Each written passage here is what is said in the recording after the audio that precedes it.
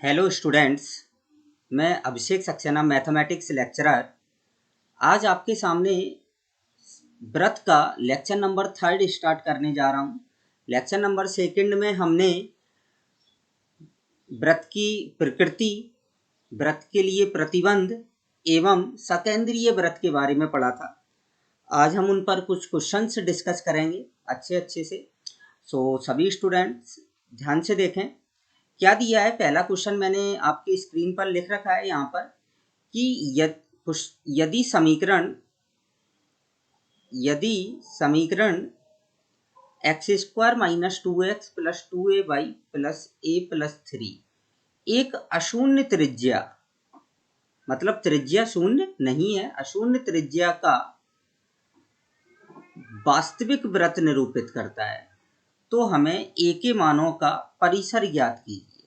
किसका परिसर ज्ञात करना है? हमें a के मानों का परिसर ज्ञात, a का परिसर ज्ञात करना है। तो अब ध्यान से सुनिए। सबसे पहले तो ये वर्ड जो आपके सामने लिखा है परिसर, परिसर को हम इंग्लिश में रेंज कहते हैं। परिसर को हम क्या कहते हैं इंग्लिश में? रेंज कहते हैं। रेंज का मतलब होता है कि a के मैक्सिमम मिनिमम वैल्यू से, न्यूनतम मान से लेके अधिकतम मान को, तो हमें a की जो वैल्यू है उसकी रेंज निकालना है, a की रेंज। सभी स्टूडेंट ध्यान से देखेंगे इस क्वेश्चन का सॉल्यूशन। इस क्वेश्चन को कैसे सॉल्व करेंगे हम? सबसे पहले तो आपको क्वेश्चन में क्या है दिया है कि एक इक्वेशन दी है और एक अशून्य त्रिज्या, मतलब त्रिज्या 0 नहीं है और वास्तविक व्रत निरूपित करती है।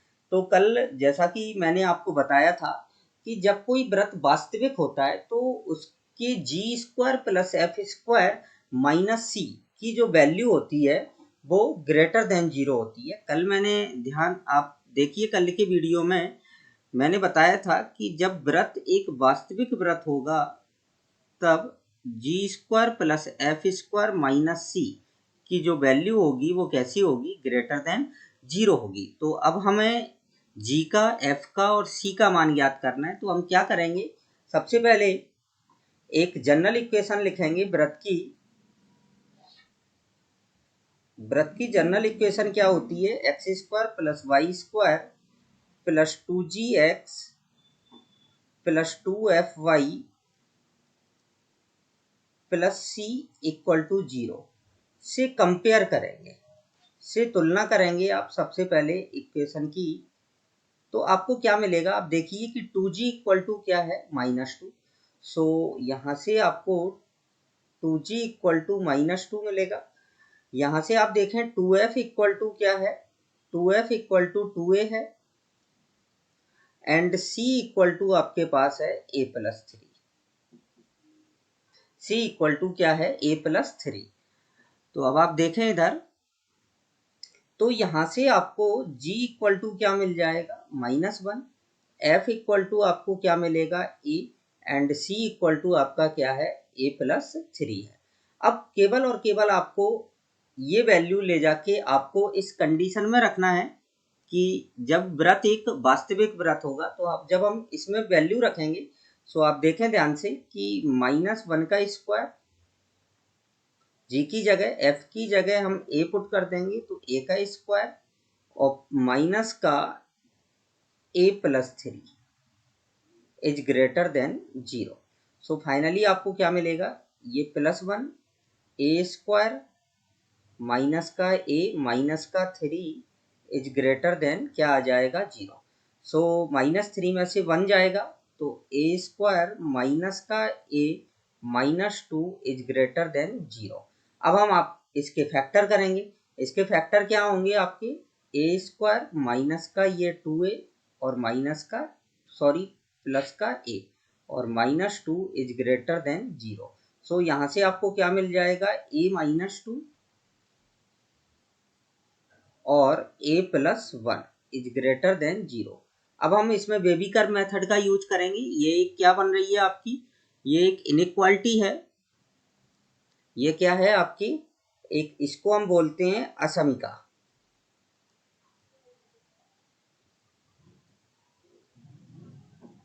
असमिका है, इंग्लिश में हम इसको बोलते हैं इनइक्वालिटी।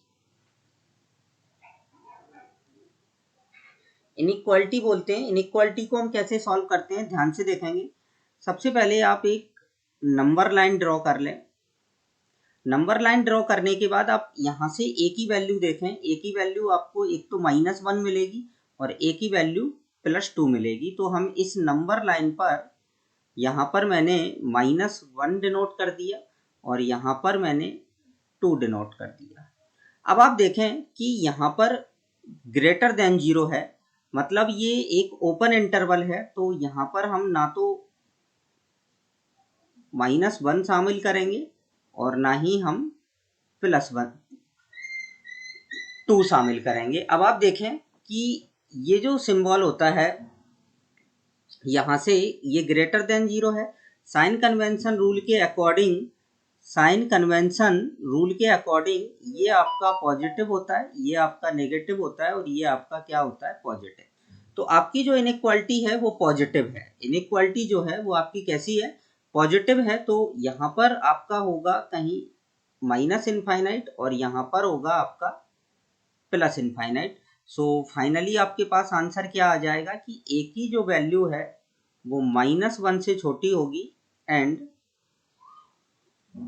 ए की जो वैल्यू है वो 2 से कैसी होगी, बड़ी होगी। सो हम इसी आंसर को फाइनली कैसे लिखेंगे, तो आप ऐसे लिखेंगे A belongs to -infinite to -1 small bracket union 2 to infinite. ये आपका फाइनली क्या होगा, आंसर होगा। अच्छा क्वेश्चन है, सभी स्टूडेंट ध्यान से देख लें इसको। केवल ये जो मैंने ये मेथड जो इनइक्वालिटी के लिए लगाया है, इसको हम बोलते हैं baby curve method.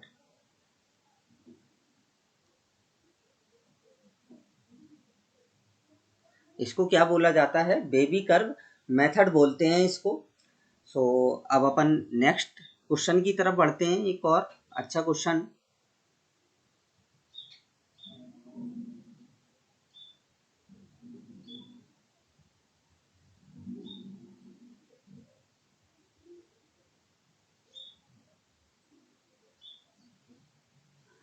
Next question की तरफ बढ़ते हैं। क्वेश्चन नंबर 2, ध्यान से देखेंगे। क्वेश्चन नंबर 2 क्या है आपका, यदि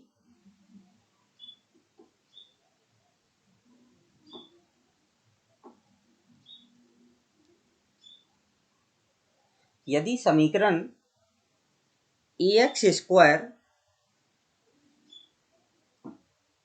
प्लस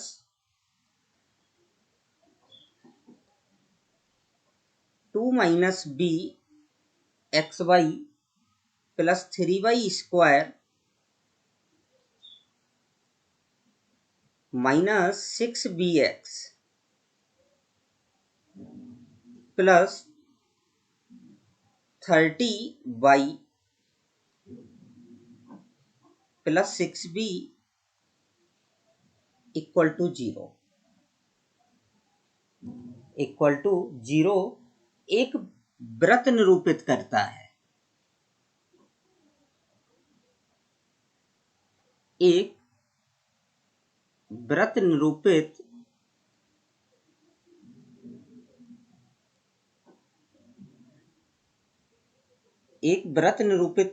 करता है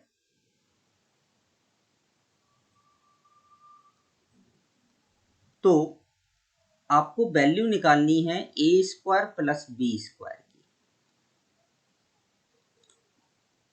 की। a square plus b square की वैल्यू निकालना है। तो आप ध्यान दीजिए, कल मैंने आपको सर्कल के लिए प्रतिबंध बताया था, कंडीशन फॉर सर्कल। तो उसी कंसेप्ट का हम यूज करेंगे इस क्वेश्चन में। सो ध्यान से देखेंगे सभी स्टूडेंट। कल मैंने आपके सामने एक इक्वेशन लिखी थी, ax square plus 2hxy plus by square plus 2gx plus 2fy plus c equal to 0। एक वृत्त निरूपित करता था, तो इसके लिए कंडीशन क्या थी? मैंने दो कंडीशन आपको बताई थी, एक तो a इक्वल टू बी होगा और एक h इक्वल टू क्या होगा, 0 होगा। तो बस अब आपको इसी कंडीशन का यूज करना है केवल, और a और b की वैल्यू निकालनी है। तो आप देखें इसमें कि a इक्वल टू क्या है, आपके पास a है। कंपेयर करेंगे इस इक्वेशन का और इससे कंपेयर करेंगे तो a इक्वल टू तो आपको a दिख रहा है। h equal to 2h equal to आपके पास क्या है, यहां से 2 माइनस बी, और b इक्वल टू क्या है आपके पास 3। केवल हम इतने ही पार्ट का यूज करेंगे। अब आप यहां से देखें कि h इक्वल टू क्या आ जाएगा, 2 माइनस बी अपॉन 2 आ जाएगा। अब सर्कल की कंडीशन के अकॉर्डिंग h इक्वल टू क्या होता है आपका, 0 होता है। तो जैसे ही आप इसको 0 पुट करेंगे तो आपको क्या मिलेगा, यहाँ से b इक्वल टू 2 मिल जाएगा। b इक्वल टू आपको 2 मिल गया। अब a इक्वल टू b है, तो a इक्वल टू क्या है, b है, तो b इक्वल टू क्या है, 3। तो यहाँ से आपको सीधा मिल जाएगा a इक्वल टू क्या मिल जाएगा, आपको 3 मिल जाएगा। अब आपको वैल्यू क्या निकालना है, a square plus B square. तो a square plus B square equal to क्या आ जाएगा, 9 प्लस 4 और इक्वल टू क्या आ जाएगा, 30। सो इस टाइप से छोटे छोटे क्वेश्चंस भी आपके पुटअप हो जाते हैं, जो छोटी सी एक कंडीशंस पर डिपेंड करते हैं, प्रतिबंध पर डिपेंड करते हैं। तो चलिए अपन एक बहुत अच्छा क्वेश्चन और हम डिस्कस करने जा रहे हैं आपके सामने। तो सभी स्टूडेंट ध्यान से देखेंगे।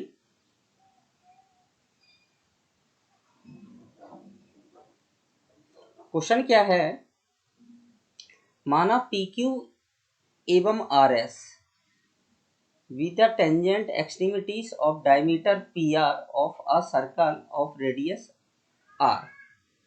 मतलब क्या दिया है क्वेश्चन में, एक वृत्त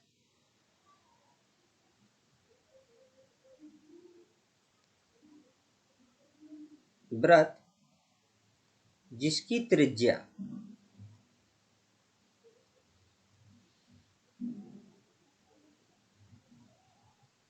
स्मॉल r है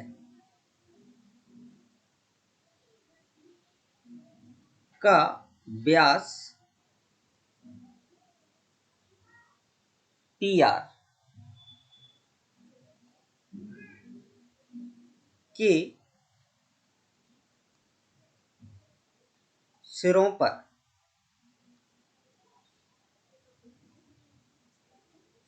खींची गई स्पर्श रेखाएं, खींची गई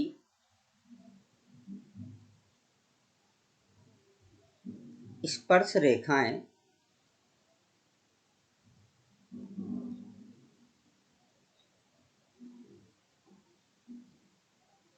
PQ एवं RS हैं।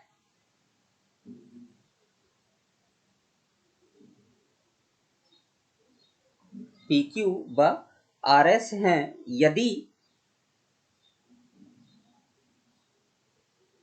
यदि PS एवं RQ वृत्त की परिधि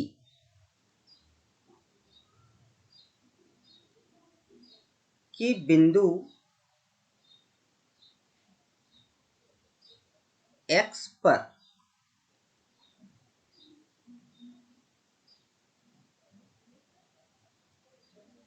प्रतिच्छेद करते हैं।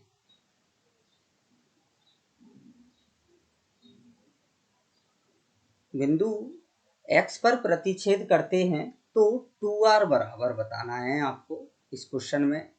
तो 2r इक्वल टू क्या आएगा।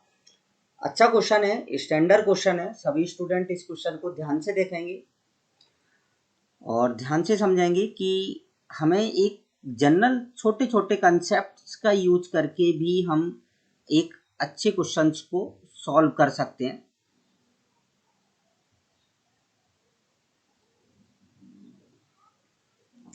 चलिए क्वेश्चन सॉल्व करते हैं, ध्यान से देखेंगे। सबसे पहले हम थोड़ा सा एक इसका एक रफली चित्र बनाएंगे। एक मैंने वृत्त बना दिया यहाँ पर,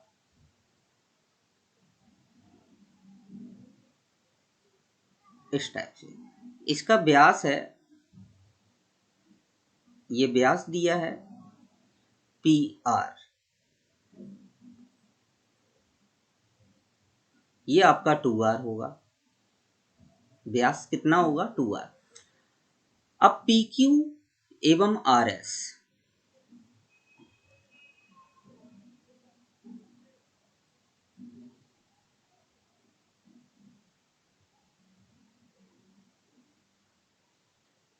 थोड़ा गड़बड़ हो गया है, आप लोग सही बना लें।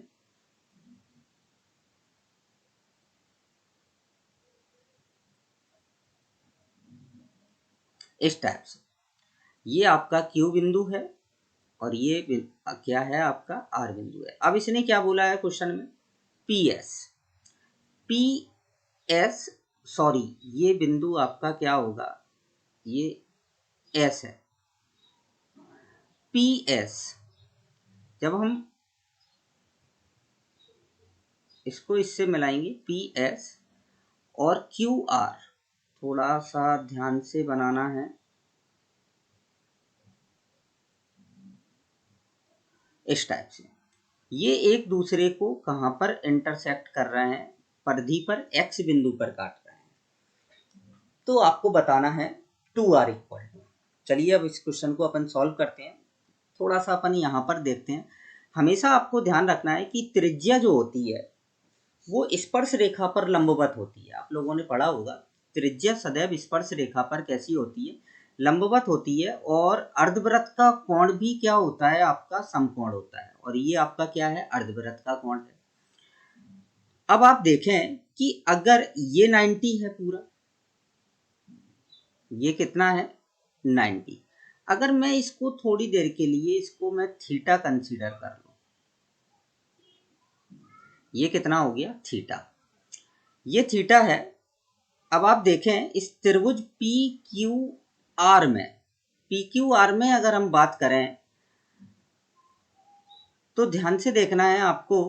P Q R, P Q R में बात करें तो अगर ये पूरा 90 है, आपने ये, सॉरी, हम थोड़ी देर पी एक्स और आर में बात करते हैं तो ये जो एंगल है आपका, ये अपने आप ही क्या हो जाएगा? 90 माइनस थीटा हो जाएगा।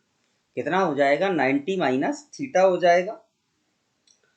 अब आप बात करें इसमें कि इस त्रिभुज पी क्यू एस में कि अगर यहाँ पर देखें ये ट्राइंगल में पी क्यू आर में, पी क्यू आर के कोण देखें, एक 90 है, एक 90 माइनस थीटा है, तो ये एंगल कितना हो जाएगा? आपका थीटा हो जाएगा। ऐसे ही अगर अपन पी आर एस में बात करें तो ये एंगल आपका कितना है? पूरा 90 का है, ये 90 का है, ये थीटा है, तो ये एंगल आपका कैसा हो जाएगा? 90 माइनस थीटा हो जाएगा। तो ये 90 माइनस थीटा हो गया। तो बस अब हमें कुछ नहीं करना है, हमें केवल और केवल ट्राइंगल को लेना है और आपको त्रिकोणमिति की प्रॉपर्टीज का यूज करना है। सो चलते हैं अपन सॉल्यूशन इस क्वेश्चन का। समकोण त्रिभुज,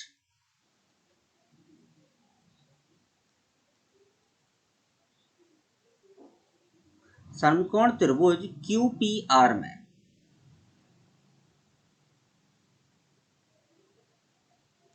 समकोण त्रिभुज क्यू पी आर में हम बना रहे हैं।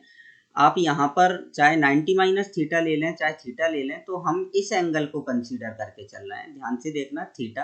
तो इस थीटा के सामने ये आपका लंब हो जाएगा और ये आपका कर्ण होगा और ये आपका क्या? पी क्यू क्या हो जाएगा? आधार हो जाएगा। मैं लिख, पी क्यू क्या हो जाएगा? ये आधार हो जाएगा, ये आपका लंब हो जाएगा और ये आपका कर्ण हो जाएगा। सो ध्यान से देखें आप कि मैंने यहां पर बनाया टेन थीटा। सो टेन थीटा क्या होता है? लंब बटा आधार।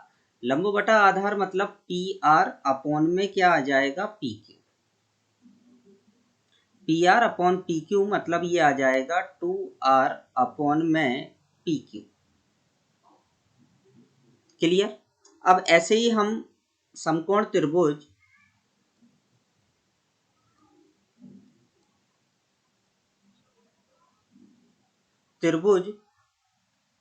पी आर एस में लेते हैं।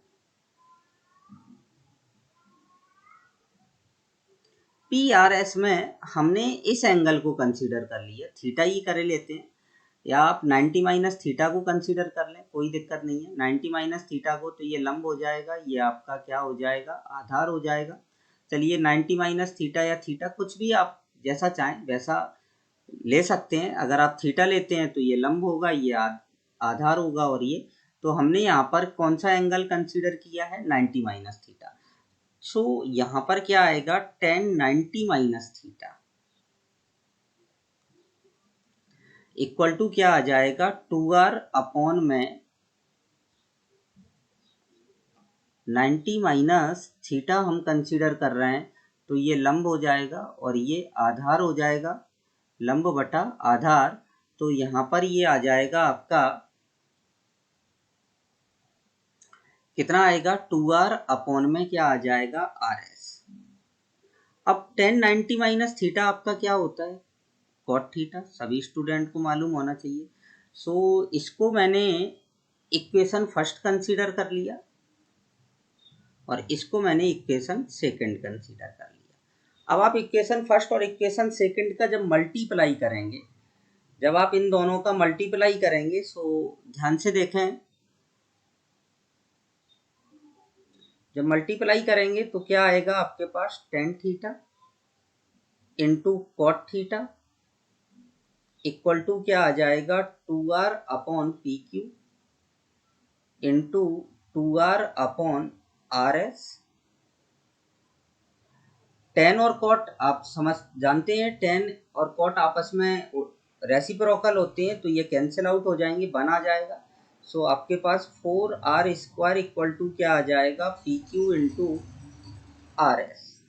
सो 2r इक्वल टू क्या आ जाएगा, root of P Q into R S.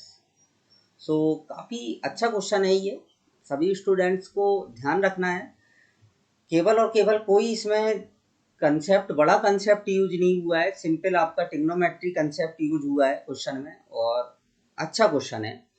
चलिए अब आप इसको नोट कर लें, फिर हम आगे बढ़ते हैं।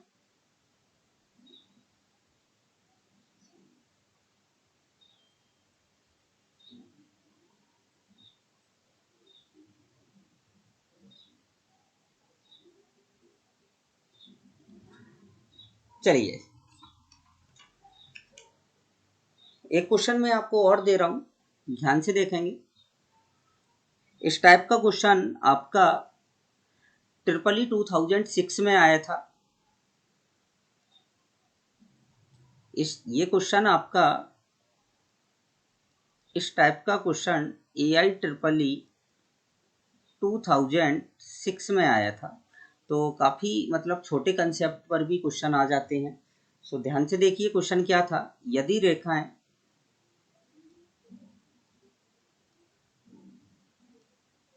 रेखाएं 2x minus 3y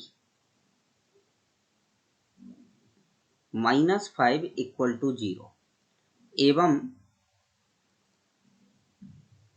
3x minus 4y equal to 7 वृत्त के व्यास हैं।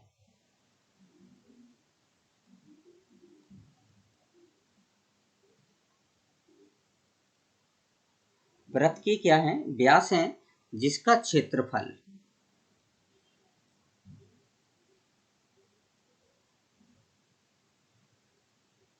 क्षेत्रफल 154 स्क्वायर यूनिट है। तो वृत्त का समीकरण,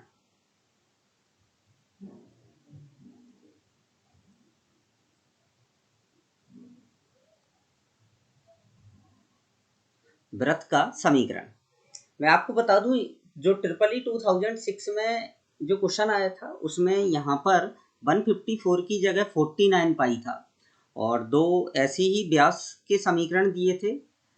तो सेम इसी टाइप से ही उस क्वेश्चन को करना है, तो वो क्वेश्चन आप सेल्फ ट्राई करें। तो चलते हैं, ध्यान से देखना है सभी स्टूडेंट को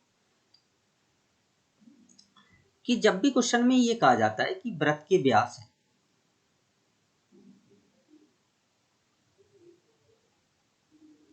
जैसे ये कोई आपका वृत्त तो कभी गोल बन ही नहीं सकता है मेरा बिल्कुल सही ढंग से, हमेशा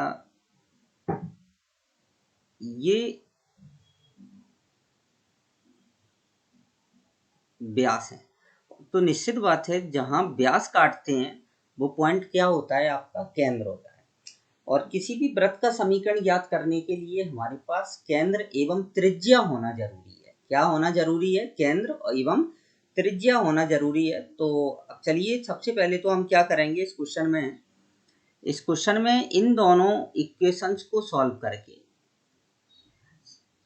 क्या निकालेंगे? केंद्र निकालेंगे। क्या निकालेंगे आप? केंद्र निकालेंगे। चलिए सॉल्व करते हैं इस क्वेश्चन को।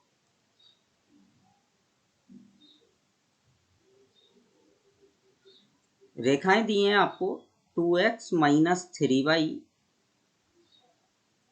इक्वल टू 5 करे देते हैं और यहाँ पर दी है equation 3x minus 4y equal to क्या है? 7। ये इक्वेशन फर्स्ट है आपकी और ये इक्वेशन सेकंड है। अब इन दोनों को हमें विलोपन विधि से सॉल्व करना है और वैल्यू निकालना है x और y की। विलोपन विधि से तो आप सभी लोग बहुत पहले से रूबरू होंगे, 10th में भी आपने काफ़ी क्वेश्चंस विलोपन विधि से किए थे। तो विलोपन विधि में क्या करते हैं हम, या तो x को या y को, किसी को एक को हम कैंसिल आउट करते हैं। तो मैंने क्या किया, इसमें जैसे 4 से मल्टीप्लाई कर दिया और इसमें 3 से मल्टीप्लाई कर दिया और इसको सब्ट्रैक्ट कर दिया घटाने पर, समीकरण एक में से दो घटाने पर। तो जब आप घटाते हैं तो निश्चित बात है साइन चेंज हो जाती है, ये माइनस ये प्लस और ये क्या हो जाता है, माइनस साइन हो जाता है। तो यहाँ पर आप देखें कि y जो है वो आपका कैंसिल आउट हो जाएगा। y कैंसिल आउट होगा तो यहाँ से x क्या आएगा, 4 इंटू 2 8 हो जाएगा और 3 इंटू 3 -9, -9 में 8 ऐड करेंगे तो ये क्या आ जाएगा, माइनस का x आ जाएगा इक्वल। ऐसे ही 4 का 5 में मल्टीप्लाई 20 और 3 का 7 में 21 में से 20 जाएगा तो ये कितना बचेगा, माइनस का 1। तो फाइनली आपको क्या मिल गया, x इक्वल टू 1 मिल गया। अब x की वैल्यू 1 यहाँ पर पुट कर देंगे तो 2 हो जाएगा, 2 को इस साइड लाएंगे तो 5 में से 2 जाएगा, 3 बचेगा। तो y की वैल्यू जो है वो आपकी क्या हो जाएगी, माइनस का 1 हो जाएगी। y की वैल्यू आपकी -1 आ गई है और x की वैल्यू क्या आ गई, 1। तो आपके पास केंद्र आ गया। केंद्र कितना आ गया, 1, -1। अब केंद्र हो गया। अब हमें क्या निकालना है, त्रिज्या। अब त्रिज्या के लिए इन्होंने एक चीज और आपको दे रखा है कि वृत्त का जो क्षेत्रफल है वो कितना है, 154 स्क्वायर यूनिट है। तो यहाँ से हम क्षेत्रफल, आप सभी लोगों को मालूम होगा क्षेत्रफल का फार्मूला क्या होता है, वृत्त का क्षेत्रफल कितना होता है, पाई आर स्क्वायर। तो pi R square equal to क्या आ गया, 154। So R square equal to कितना आ जाएगा, 154 अपॉन पाई की वैल्यू क्या होती है, 22/7। इससे इसको कैंसिल आउट कर दो। 22 से आप जब इसको कैंसिल आउट करेंगे तो लगभग ये कितनी बार जाएगा, लगभग ये 7 बार कैंसिल आउट होगा और 7 का 7 में मल्टीप्लाई कर देंगे तो कितना आ जाएगा, R square equal to 49, then R equal to क्या आ जाएगा, 7। भाई आर की वैल्यू भी मिल गई हमारे पास और सेंटर भी मिल गया। तो चलिए वृत्त का समीकरण। तो वृत्त का समीकरण क्या आएगा आपके पास,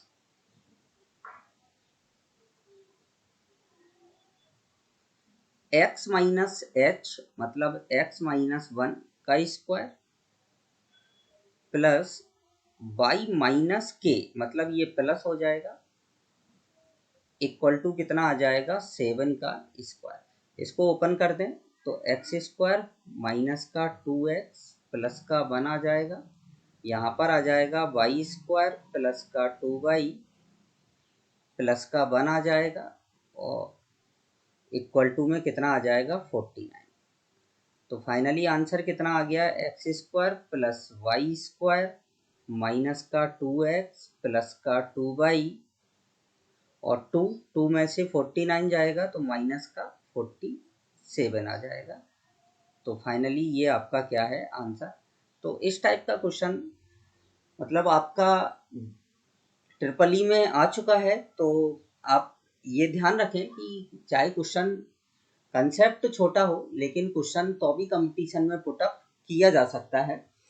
चलिए अब एक क्वेश्चन हम और सॉल्व करते हैं।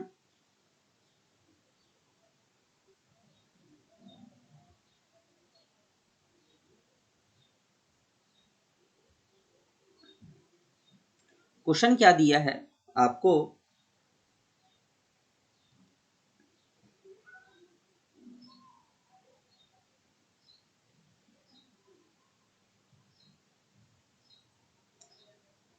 हमें वृत्त का समीकरण ज्ञात करना है। क्वेश्चन में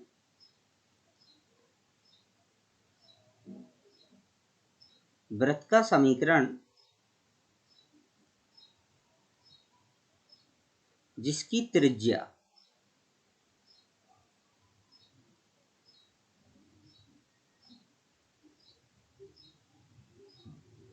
त्रिज्या 3 है एवं केंद्र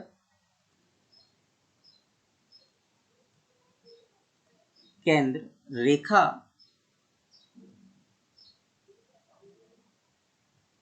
y equal to x minus 1 पर है तथा वृत्त बिंदु 7,3 से गुजरता है।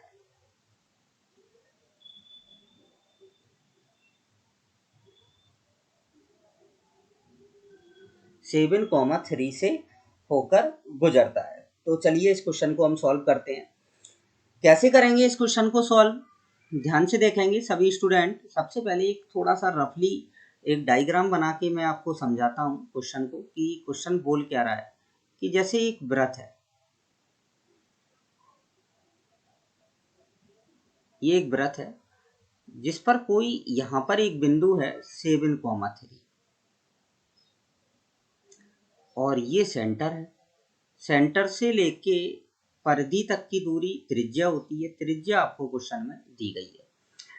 तो आपके पास अब आप देखें कि अगर यहाँ से हमारे पास सेंटर मिल जाए तो सेंटर से इस पॉइंट की दूरी किसके इक्वल होगी, 3 के इक्वल होगी। रेडियस आपको 3 दी है और क्या बोला है क्वेश्चन में कि जो केंद्र है वो आपका रेखा पर स्थित है। किस पर स्थित है, रेखा पर। तो अगर हम यहाँ पर x का मान h ले लें, x की वैल्यू अगर हम h ले लें तो y की वैल्यू अपने आप ही क्या हो जाएगी, h माइनस 1 हो जाएगी। क्या हो जाएगी, h माइनस 1 हो जाएगी। तो जो केंद्र है आपका वो क्या हो जाएगा, x का कोऑर्डिनेट तो आपने h ले लिया और y का कोऑर्डिनेट्स अपने आप ही क्या हो जाएगा आपका h माइनस 1 हो जाएगा। यहाँ से फिर से समझिए, जैसे मैंने x की जो वैल्यू है x मैंने h ले लिया, अब h यहाँ रख दिया तो y क्या हो जाएगा, h माइनस 1। क्योंकि हमें एक ही इक्वेशन मिलेगी। अगर हम इसमें दो अननोन ले लेंगे, दो चर ले लेंगे अगर, तो एक इक्वेशन से दो h और k की वैल्यू लाना संभव नहीं है। तो इस टाइप के क्वेश्चन में हम जैसे x की वैल्यू लेते हैं तो x के टर्म में ही हम किसकी वैल्यू ले लेते हैं, y की वैल्यू लेते हैं, जिससे एक ही अननोन रहता है। अब आप देखिए कि यहाँ पर हमें केवल h की ही वैल्यू निकालना है, h ही दोनों जगह है। तो अब चलिए बस क्वेश्चन आपका सॉल्व हो गया। कोई अब परेशानी की बात ही नहीं रही है क्वेश्चन में किसी भी प्रकार की। जैसे ये आपका सेंटर है, ये आपका P है, CP इक्वल टू R तो हम बहुत समय से करते चले आ रहे हैं। तो सॉल्यूशन यहां से देखें आप, CP इक्वल टू क्या है आपके पास 3 है। CP इक्वल टू क्या है 3 है। तो दो बिंदुओं के बीच की दूरी का फार्मूले का यूज करेंगे अपन सीधा सा। तो CP स्क्वायर इक्वल टू क्या हो जाएगा 9 हो जाएगा यहाँ पर। CP square equal to 9। तो अब हम रूट नहीं लगाएंगे, सीधा x2 माइनस x1 का square plus y2 minus y1 का स्क्वायर का यूज करेंगे। सो क्या आएगा आपके पास h माइनस 7 का स्क्वायर आ जाएगा, प्लस यहाँ से आ जाएगा आपके पास h माइनस 4 का स्क्वायर आ जाएगा, और इक्वल में क्या आ जाएगा 9। इसका स्क्वायर ओपन कर दें तो क्या आ जाएगा h स्क्वायर माइनस का 14h प्लस का 49 प्लस का h स्क्वायर माइनस का 8h और प्लस का 16 और इक्वल में क्या आ जाएगा 9। सो क्या आ गया h स्क्वायर ये 2h स्क्वायर हो गया, माइनस का 14h और 8h मतलब माइनस का 22h हो जाएगा, और 49 में से 9 जाएगा 40 और 16 ये कितना हो जाएगा आपका 56। 2 कॉमन ले लें सीधा सा, 2 कॉमन लेंगे तो h square minus 11h plus का कितना आ जाएगा 28। यहाँ से आपको दिख रहा है 7 और 4 11 और 7 चौको 28, तो मतलब h की जो वैल्यू है वो 7 और क्या आ जाएगी 4 आ जाएगी। तो h की जब हम वैल्यू 7 लेंगे तो एक केंद्र क्या आ जाएगा, h की वैल्यू 7 ली तो 7,6 आ जाएगा, रेडियस 3 रहेगी, और C2 ये C1 मान लिया मैंने, और C2 क्या आ जाएगा आपका, जब h की वैल्यू 4 लेंगे तो ये क्या आ जाएगा 4,3 आ जाएगा। कितना आ जाएगा 4,3 आ जाएगा। तो चलिए अब हम इस क्वेश्चन को सॉल्व कर लेते हैं। कैसे करेंगे, h,6 है और 4,3 है, दो सर्कल आ रहे हैं, तो किसी भी एक सर्कल को आप फाइंड आउट कर लें। तो वृत्त का समीकरण क्या आएगा आपके पास,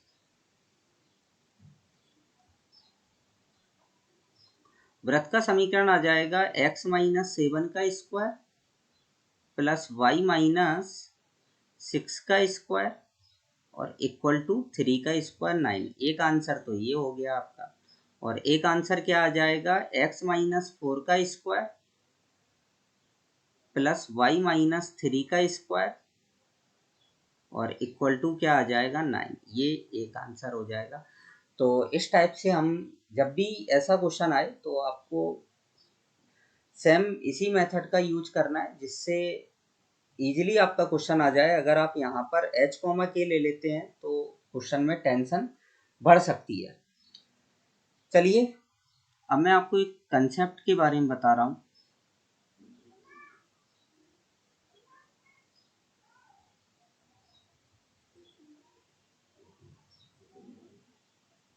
इस टाइप का क्वेश्चन ट्रिपल ई में पूछा जा चुका है, सो ध्यान से देखेंगे।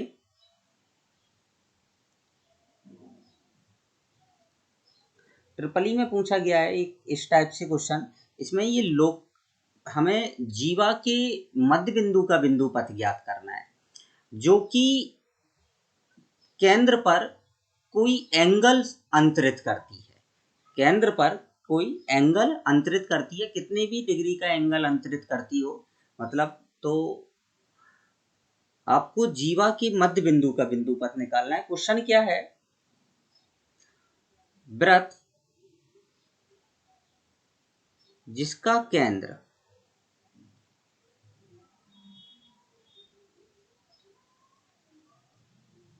केंद्र 0,0 है, वृत्त जिसका केंद्र क्या है 0,0 है एवं त्रिज्या 3 इकाई है।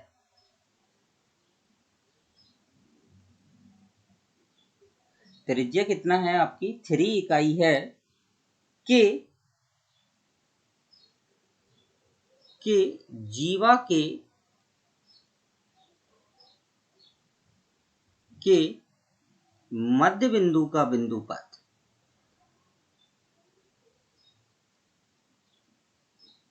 का बिंदुपथ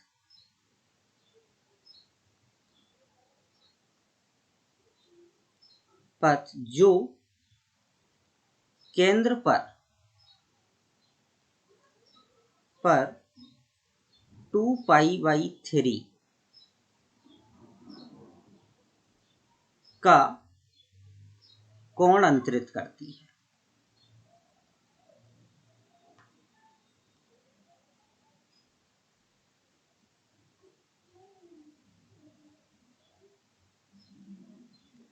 मोस्ट क्वेश्चन है ये, सभी स्टूडेंट को ध्यान रखना है। इस टाइप का क्वेश्चन कंपटीशन में पूछा जाता है। सबसे पहले तो बात करते हैं हम इसमें कि बिंदुपथ शब्द यूज हुआ है। बिंदुपथ को इंग्लिश में हम लोकस बोलते हैं। इंग्लिश में क्या बोलते हैं? लोकस बोलते हैं। और अंतरित जो शब्द है, ये मैंने आपको कल, अंतरित जो है इसको हम बोलते हैं सबस्टेंड बोलते हैं। तो चलिए, वृत्त जिसका केंद्र 0 0 है, त्रिज्या 3 इकाई है, जीवा के मध्य बिंदु का बिंदुपथ जो केंद्र पर 2π/3 का मतलब कितना है आपका? 2π/3 का मतलब यहाँ पर हो जाएगा 120 डिग्री। कितना? 120 डिग्री। तो चलिए थोड़ा सा अपन एक पहले डायग्राम बनाते हैं। एक सर्कल बनाया मैंने,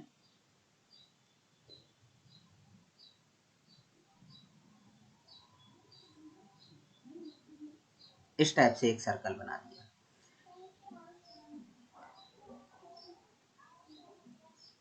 ये इसकी एक मैंने कोड बना दी, जीवा। यहां पर वृत्त का केंद्र है, वृत्त का सेंटर है। सेंटर कितना दिया है आपको? 0,0 दिया है।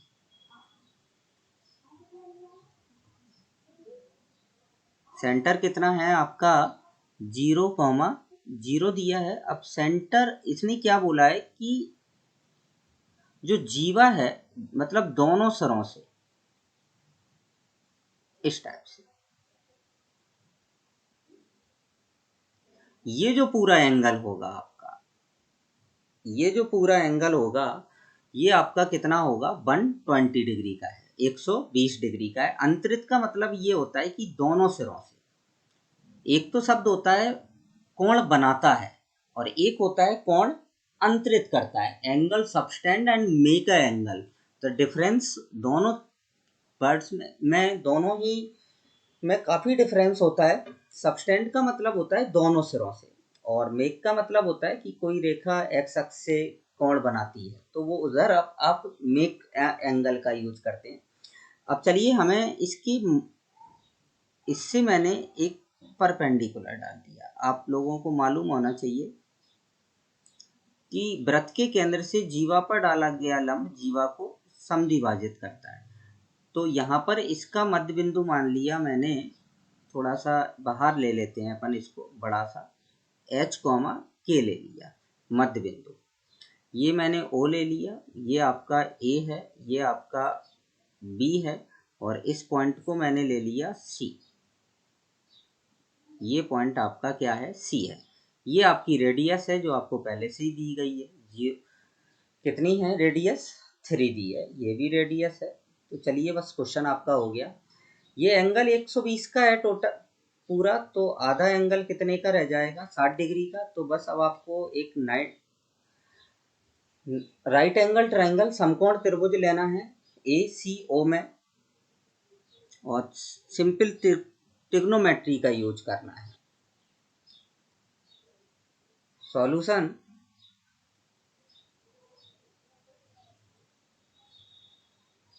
समकोण त्रिभुज ACO में, समकोण त्रिभुज ACO में मैंने यहां पर बनाया OC/OA। अब आप बताइए क्या होगा OC/OA? देखो, यहां से देखते हैं। ये 60 है, तो ये लंब हो जाएगा, ये आपका आधार होगा, और ये आपका कर्ण होगा, मतलब आधार बटा कर्ण बनाया हमने। आधार बटा जब आप कर्ण बना रहे हैं तो आधार बटा कर्ण क्या होता है आपका cos थीटा, तो ये आ जाएगा आपका cos 60। यहाँ पर OC जो है वो 0 0 से h, k की बिटवीन डिस्टेंस है, तो डिस्टेंस कैसे निकालेंगे, x2 माइनस x1 तो h square, y2 minus y1 मतलब k स्क्वायर, अपॉन में कितना आ जाएगा 3, और cos 60 की जो वैल्यू होती है, cos 60 की वैल्यू कितनी होती है आपकी 1/2, so root of h square plus k square equal to कितना आ जाएगा आपका 3/2 आ जाएगा।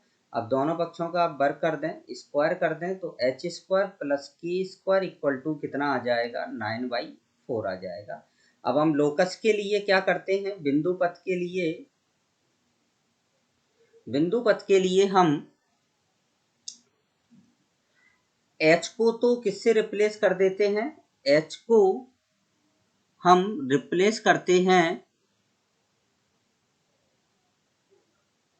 x से, और k को रिप्लेस करते हैं y से, और इक्वल टू क्या आ जाएगा 9/4। तो ये आपका फाइनली आंसर है।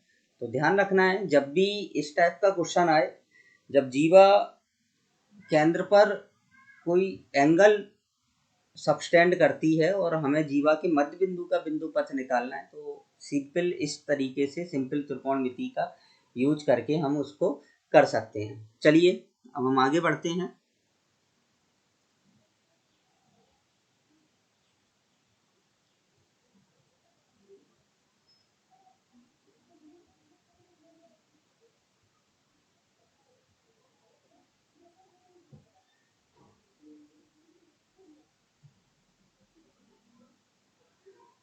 हाँ, अब मैं एक आपको कंसेप्ट बताने जा रहा हूँ, ध्यान से देखना है सभी स्टूडेंट को।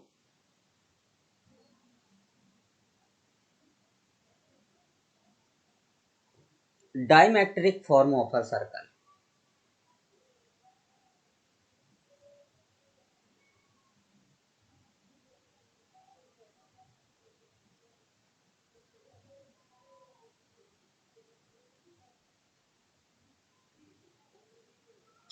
Diametric form of a circle, इसको क्या बोलते हैं हम,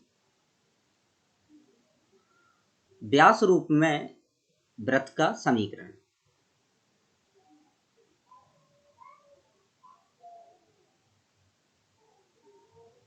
में वृत्त का समीकरण।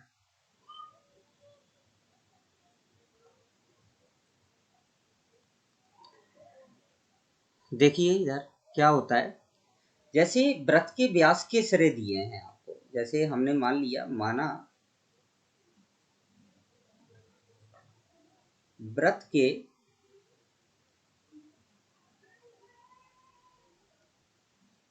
व्यास के सिरों के निर्देशांक,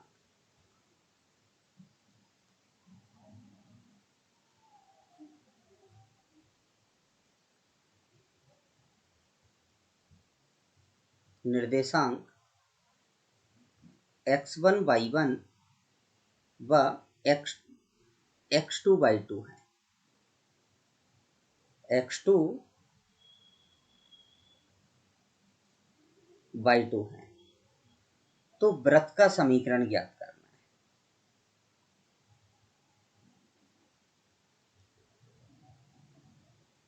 वृत्त का समीकरण तो क्या होता है, सीधा वृत्त का समीकरण हो जाता है आपका, ये फार्मूला है आपका x minus x1 x minus x2 plus y minus y1 और y minus y2 equal to 0। ये आपका फार्मूला है, ये आपको फार्मूले की तरह याद रखना है। चलिए अब तुरंत हम इसका प्रूफ और देखे लेते हैं कि ये इसको हम प्रूफ कैसे करते हैं। ध्यान से देखेंगे सभी स्टूडेंट, पहले हमने एक सर्कल ड्रॉ कर लिया, बिल्कुल सिंपल प्रूफ है, आप सभी लोगों को आता होगा इतना तो। जैसे ये वृत्त है और ये इसका व्यास है, ये सिरे आपको दिए गए हैं, जैसे ये मैंने ए मान लिया और ये क्या मान लिया बी, ए के कोऑर्डिनेट्स आपको क्या दिए हैं x1 y1 और बी के कोऑर्डिनेट्स क्या दिए हैं x2 y2। यहाँ पर कोई पॉइंट है P जिसके कोऑर्डिनेट्स हैं x, y। ये अब इससे इसको मिला दिया और इससे इसको मिला दिया। आप सभी लोगों को मालूम होना चाहिए कि अर्धवृत्त का कोण कितना कैसा होता है, समकोण होता है। अर्धवृत्त का कोण समकोण होता है, मतलब PA और PB दोनों लंबवत हैं। दोनों कैसी हैं? लंबवत हैं। तो बस अब क्या है, प्रूफ हो गया बस यहाँ से तुरंत फटाफट कि हम सीधा लिखेंगे कि PA जो है वो परपेंडिकुलर है PB के। PA परपेंडिकुलर PB के है तो निश्चित बात है जब ये दोनों रेखाएं लंबवत हैं तो इनकी प्रवणताओं का गुणनफल m1 इंटू m2 बराबर क्या होगा -1। मैंने इसकी प्रवणता ले ली m1 और इसकी प्रवणता क्या ले ली m2। तो m1 क्या आएगा y2 कल मैंने आपको बताया था कि प्रवणता का फार्मूला क्या होता है y2 माइनस y1 अपॉन में x2 माइनस x1, सीधा सा। तो y2 माइनस y1 निकालेंगे तो x माइनस यहाँ पर आ जाएगा y माइनस y1 अपॉन में x minus x1 into y2 के m2 के लिए निकालेंगे तो क्या आएगा y माइनस y2 और अपॉन में आ जाएगा x minus x2 equal to क्या आ जाएगा -1। सो यहाँ से आपको क्या मिलेगा y minus y1 into y minus y2 और इसका तिर्यक गुणा इधर होगा तो माइनस का x माइनस x1 और x माइनस x2। अब आप इसका पक्षांतरण कर दें, ट्रांसफर कर दें, तो ट्रांसफर करने के बाद आपको सीधा क्या मिल जाएगा x minus x1 x minus x2 plus y minus y1 और y minus y2 equal to क्या आ जाएगा 0 आ जाएगा। सो आप ऐसे इजीली इस क्वेश्चन को ऐसे आप इस फार्मूले को प्रूव कर सकते हैं। तो आज हमने कुछ क्वेश्चंस एवं डायमेट्रिक फॉर्म ऑफ सर्कल पढ़ चुके हैं। तो अगर यदि किसी स्टूडेंट्स को कोई प्रॉब्लम्स है किसी भी प्रकार की तो वो मेरे चैनल पर जाकर मुझे इन्फॉर्म कर सकता है और इन्फॉर्म कर सकता है मुझे। तो आज के लिए इतना ही बस। अब नेक्स्ट हम लेक्चर नंबर 4 में स्टार्ट करेंगे।